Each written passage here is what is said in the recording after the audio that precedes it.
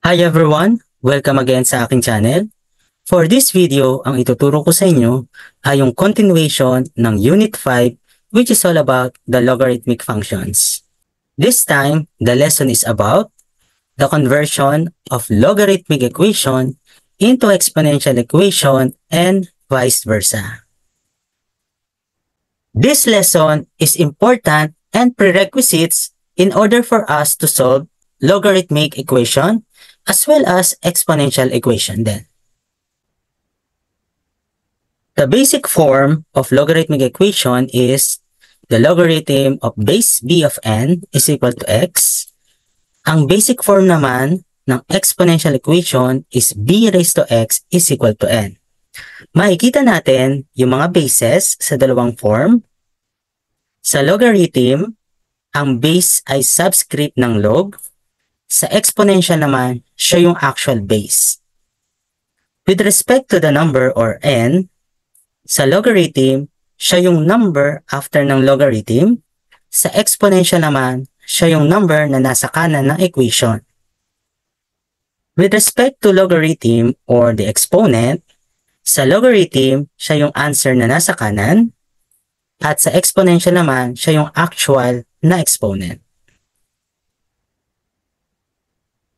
We were going to use this idea to convert the logarithmic equation into exponential equation and vice versa.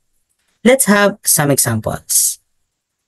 Example number 1 for converting exponential to logarithmic, we have the exponential equation here. Ang pagko-convert nito into logarithmic is from left to right.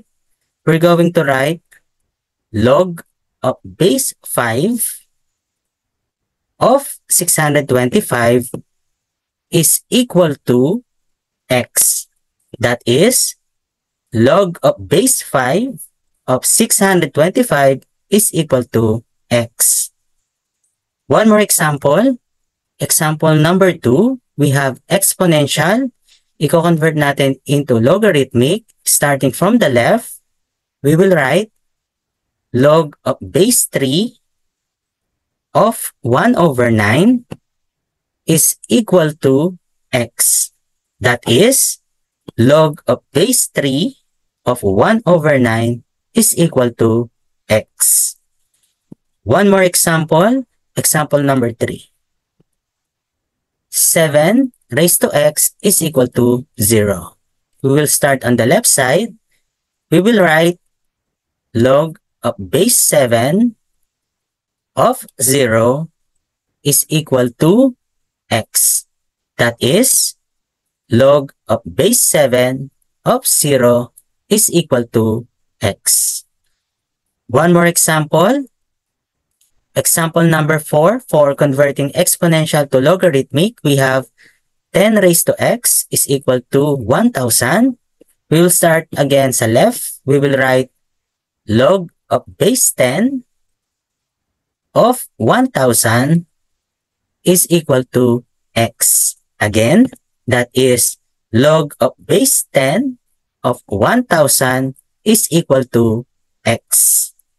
That is how we convert exponential to logarithmic. Let's proceed to vice versa, from logarithmic form into exponential form. Example number 1. We have a logarithmic equation here. The log of base 5 of 625 is equal to x. The process is from left to right again. We will start with the base 5 raised to x is equal to 625. Mawawala na yung logarithm. Again, that is 5 raised to x is equal to 625. One more example. Example number 2. The logarithm of base 3 of 1 over 9 is equal to x. We will start with the base 3. 3 raised to x is equal to 1 over 9. That is, 3 raised to x is equal to 1 over 9. One more example. Example number 3. Log of base 7 of 0 is equal to x. Mag-start ulit tayo sa base. 7 raised to x is equal to 0. Again, that is 7 raised to x is equal to 0. One more example, example number 4. We have the logarithm of base 10 of 1,000 is equal to x. Mag-start ulit tayo sa base 10 raised to x is equal to 1,000. Again, 10 raised to x is equal to 1,000. So that is how we convert the logarithmic to exponential form, as well as the vice versa, converting exponential to logarithmic form.